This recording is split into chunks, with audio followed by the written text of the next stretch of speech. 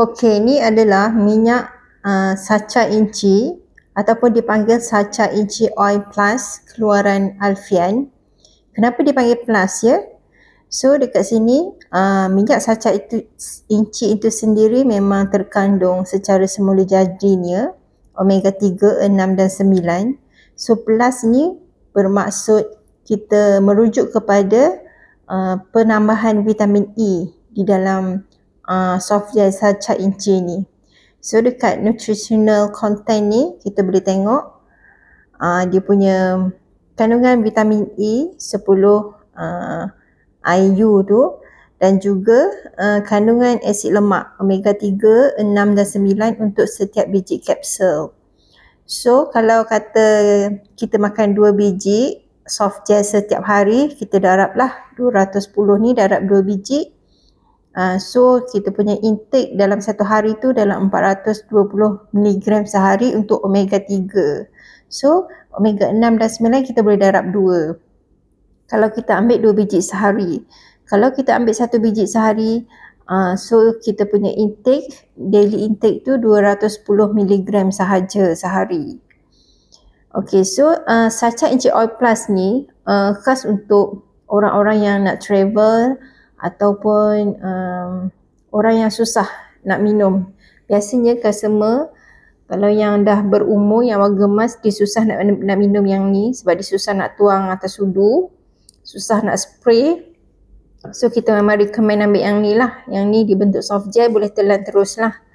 Tapi yang ni memandangkan dia ada penambahan vitamin E untuk yang allergic ataupun yang ada sakit buah pinggang, yang tak disarankan oleh doktor untuk mengambil suplemen seperti suplemen farmasi.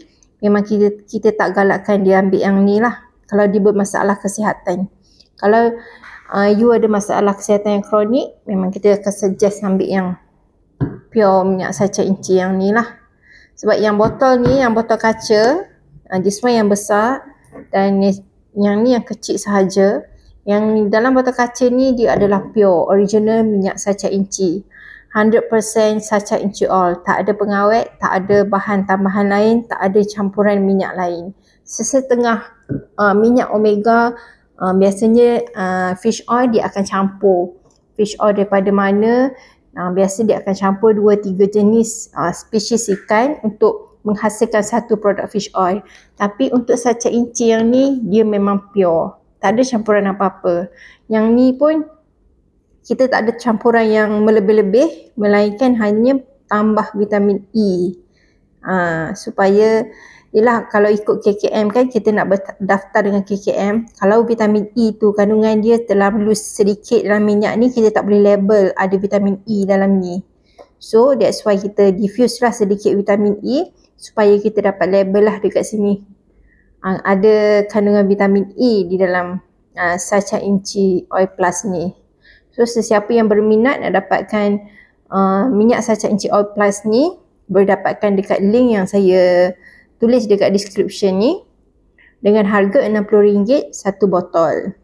Okey, minyak ni sangat bagus untuk melawaskan pengaliran darah dalam saluran darah kita, dalam pembuluh darah, melawaskan usus. Dan minyak ni juga kita boleh ambil dia punya isi minyak dalam soft gel tu, kita sapu dekat bahagian luka atau berparut lah di muka, di seluruh badan kita lah. Dia membantu recovery luka cepat. Dia cepat sembuh dan dia membantu mempercepatkan lagi pembinaan sel-sel baru. So minyak ni sangat bagus, sesuai untuk semua peringkat umur.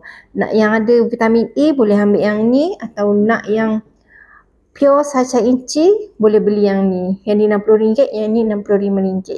Okay.